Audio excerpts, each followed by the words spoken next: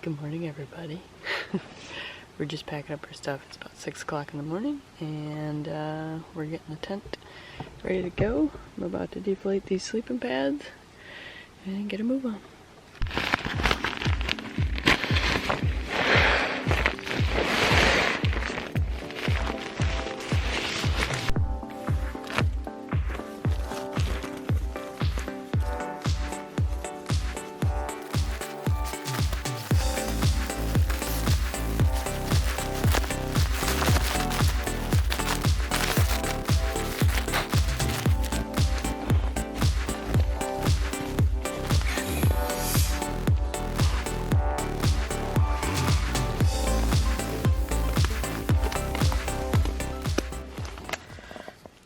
I rubber band them.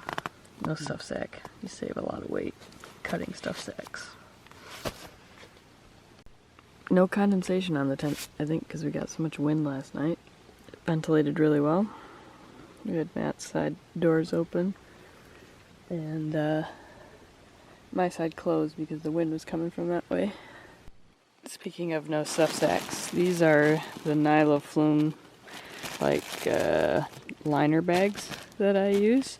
I used to use a black trash compactor bag, and I switched to these because they're clear and I can see. I know I bought them off Lightsmith because on Amazon they were kind of pricey, and they're not specifically made to line packs. I think they're actually for like bagging up your goods for like people who get their houses like fumigated and stuff. But they're more durable than they look, and I stuff all of our stuff that we have to keep dry inside of them, and then I stuff that down in the pack, and then I really compress it down and I twist the top and tuck it. And even in that heavy rain the other day, nothing got wet. They worked flawlessly. But yeah, no stuff sacks. Save yourself some weight. Matt and I have been using black diamond spot headlamps for as long as I can remember. And these are nice because they have a lock function. So like right now it's on, but I don't want it to be able to turn on in my pack because this big button is easy to get smushed and turn on. So what I do every morning when we're packing up is I put it into lock function, which you just push and hold, and then when you get the blue flashing light, you're locked. So now if I press the button, all I get is the lock symbol. The light doesn't go on, so you're not wasting your battery in your pack. Alright, so we are slowly getting things packed up, and I thought I'd show you the lake this morning. There's a couple loons out here calling. It's pretty, isn't it? It's a big lake. It's bigger than I anticipated, actually. Looking at the map, I guess I should have realized it, but when you think an inland lake on an island, you don't usually think of something this big. There's a loon right there. How cool is that?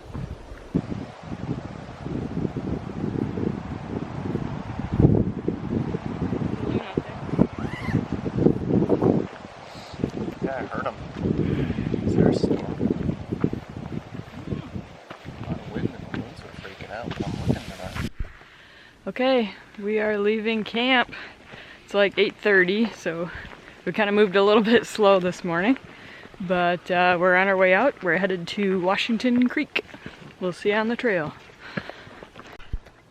Alright, we've made it to point 5 out of camp. This is the sign that leads you in, and that's the way we came from yesterday towards Little Todd. And here it is, Windigo. We are gonna go that way. Okay, coming out of the spur trail from camp, and here's the start of the ridge today. Alright, let's go.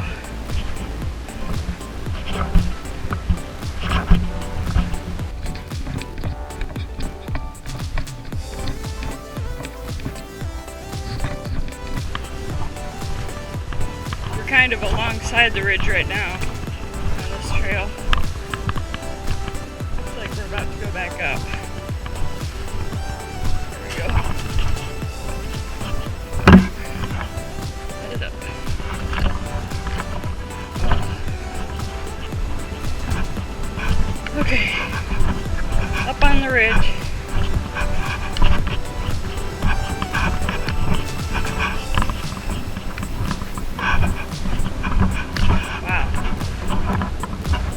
look at that view.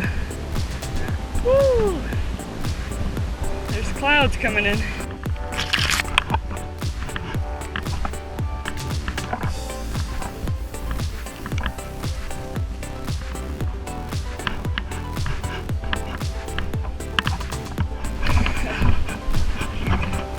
Fox turded on that cairn. Yeah, I need a quick little snack too.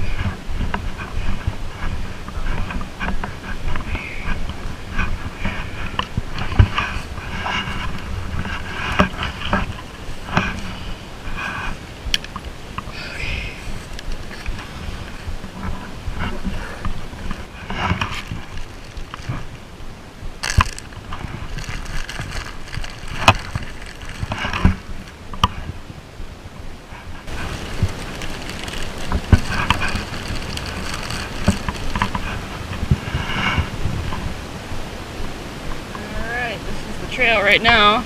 It's been actually pretty nice through here. Feels like a storm is coming in. It's kind of windy and cloudy and a little bit dark. We're stopped for a little snack break and we're gonna keep going. First 2 miles are where you get the real Minong feel, where you have the ridges and they're super overgrown, but right now this is like any Michigan trail. We're really making up a lot of time in the middle, which is nice. We're probably halfway, a little under on this Minong section, then we have the Huggin' 1.2 mile or so. Yep, probably about 6 miles from the first junction. Started to rain. It's a pretty overgrown, wet section here. We're getting soaked. We're less than 5 miles from our first junction, which leads to Huggin' Cove. So far it's been mostly forest walking.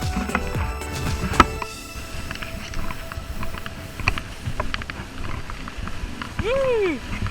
She's overgrown.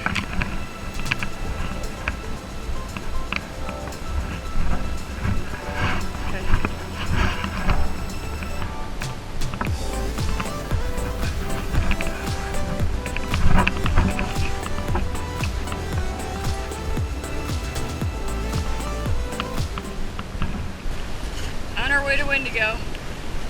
Still pretty overgrown.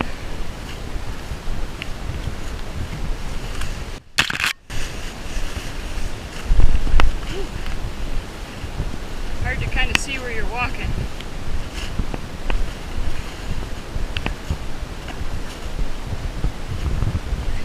Look at these things. I don't know what they are. They're cool looking. Alright, we've hit the beaver dam. It's kind of hard to tell where the trail is. And everything is very, very wet. But we're just going to push through it. At this point, we made a critical error. You'll notice we follow a path to the right. This was not the trail.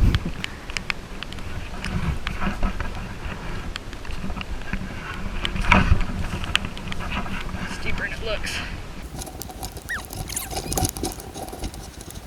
It takes us several minutes to navigate the beaver dam. I don't even know if I'm following the trail, dear.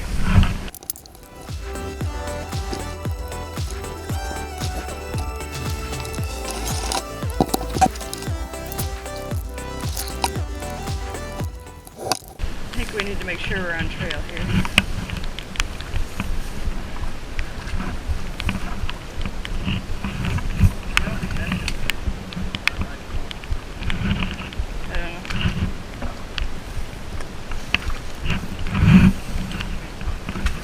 Get to the side and we'll check Gaia. It looks like woods directly ahead of me, dear.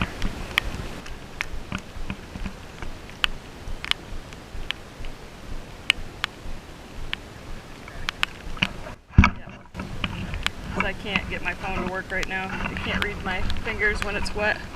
It's very deep through here.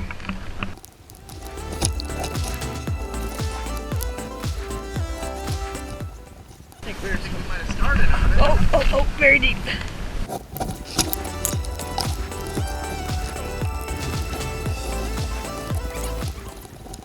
I don't think this is right. We need a right turn. Once we neared the other side, we realized our mistake.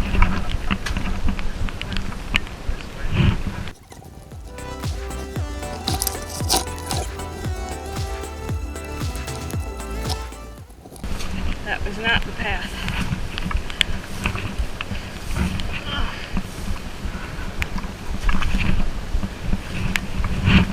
Almost there. Finally hitting the wood's edge, we were greeted with thick brush and a large cliff to climb.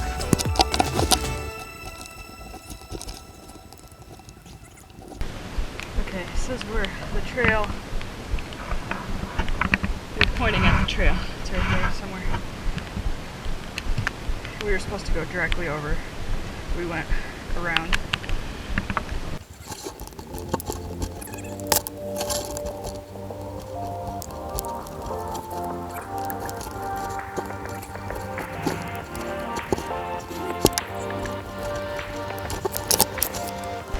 Close to it. We're supposed to be up there. Here.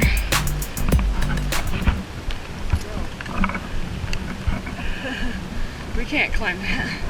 Are you kidding? It's that direction. After consulting our Gaia app, we climbed up and eventually Don't fall. we reunited with the trail. Alright, we're across that beaver dam. We got a little turned around in there. We had to kind of find our way back to the trail, but we're back on it now. So, headed towards Windigo. Still rainy, still wet. Camera battery's gonna die, and we're soaked. So we're really looking forward to it. Alright, we just took a little snack break up here on the ridge. It's a little bit more open. We're probably like just under 4 miles or a little over 3 miles up here there. Windigo, we got a ways to go yet. This is by far the most rugged trail I've ever done.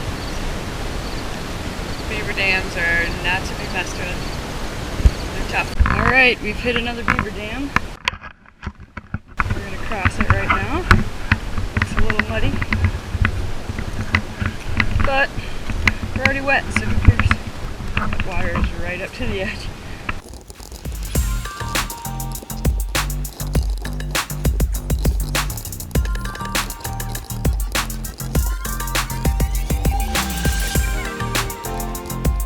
Woo!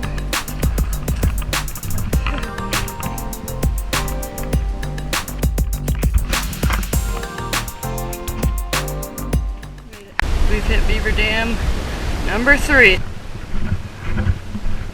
Battery's about to die. Sorry if it goes out on this.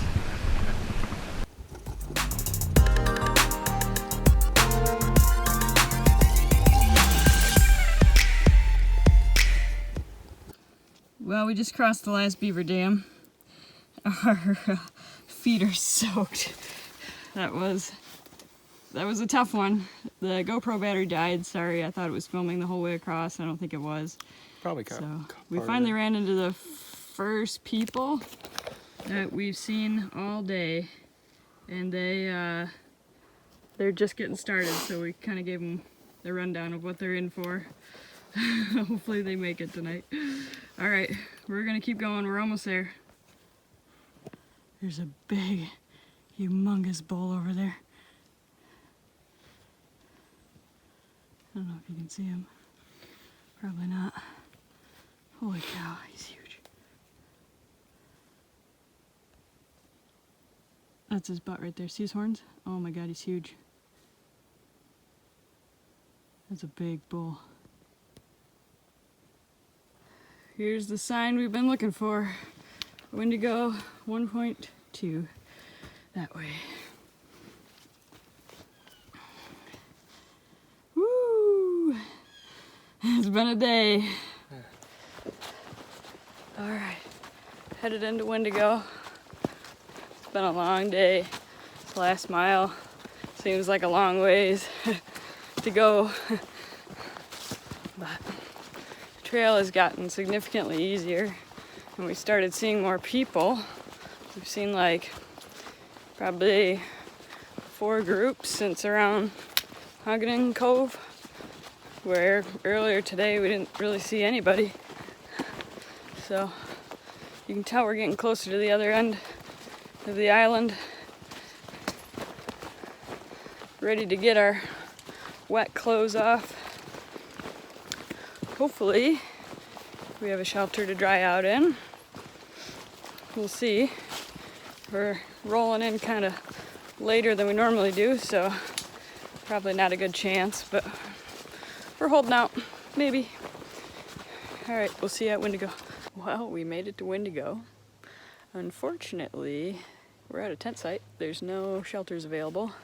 We're here a day early too, so technically we're supposed to be at North Lake Desor tonight. We're right on Washington Creek right there. And we're gonna set up the tent and then we're gonna head into Windigo and see what there is to see. There's so much mud in my laces.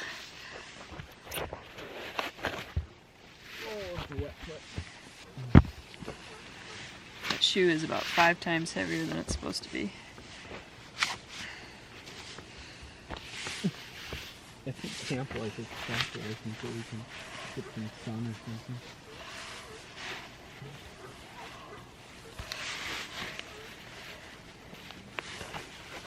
Okay.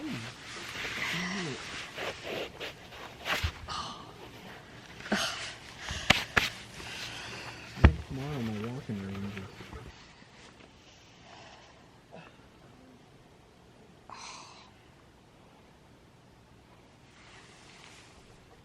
Yeah, I went and talked to that. Beer and pizza. Oh, that's cool. Yeah, It was a good finish. they set up back at Rock Hardware around 4:30. Well, on Monday. Hey guys, we went up to the store. As you can tell, it's raining. That's what kind of brought us back here. And we ran into some other hikers and we chit-chatted with them for a while, and much to our surprise, they actually recognized us from our last Isle Royale series. So if you guys are watching right now, just know that totally made our night and our week probably. That's just awesome. So thanks for watching the videos, guys, and we had a lot of fun chit-chatting with you. As you can tell, I'm wearing a different shirt. So we stopped by the store. They have pizza there. You can get cheese, sausage, or pepperoni. It's like a 12-inch pizza. So we got pizza, some pops, 2 beers, and we got some dried t-shirts and 2 shower tokens. So we each took a shower. Matt is off in the bathroom somewhere, and he should be back here shortly. And we just changed into some dry clothes. The tent is just kind of a mess right now. We haven't set up anything at all, but we didn't really get a chance to before it started pouring. So we have a whole bunch of dirty laundry out there. It's basically all of our stuff that we wore today because it was super wet and muddy. And they have washers and dryers here, so we're gonna wash those tomorrow. It's a little bit of a hike up to Windigo from the campground. It's like 0.3 miles. So we'd already been back and forth a couple times, and doing laundry and having to walk it back and forth in the rain just doesn't seem appealing to me. So I think we'll just leave that outside, let it sit, and we'll come back to it tomorrow. It's raining hard. Raining very hard. I don't know if you can tell. Woo! We're just kind of hunkering down, like, this is bad. Yeah. Let me show you what it looks like outside.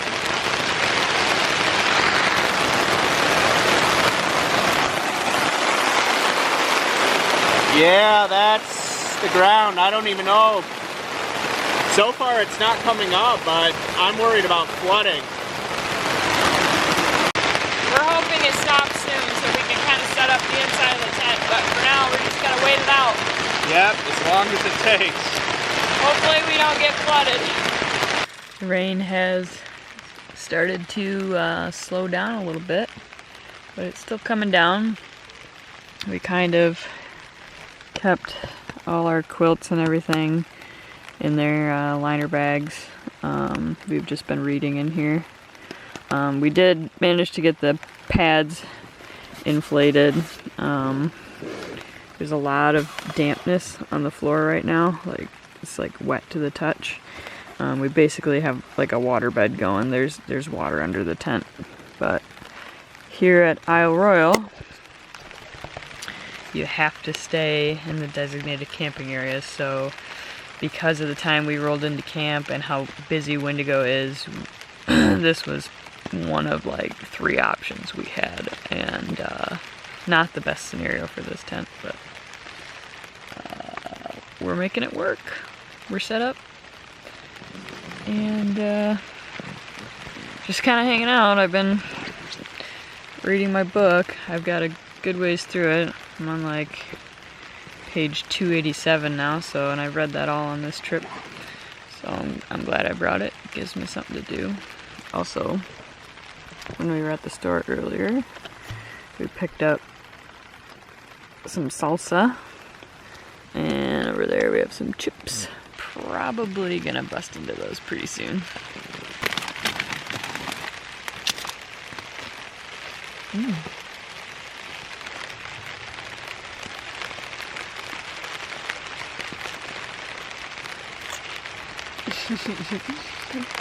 Salsa in the tent.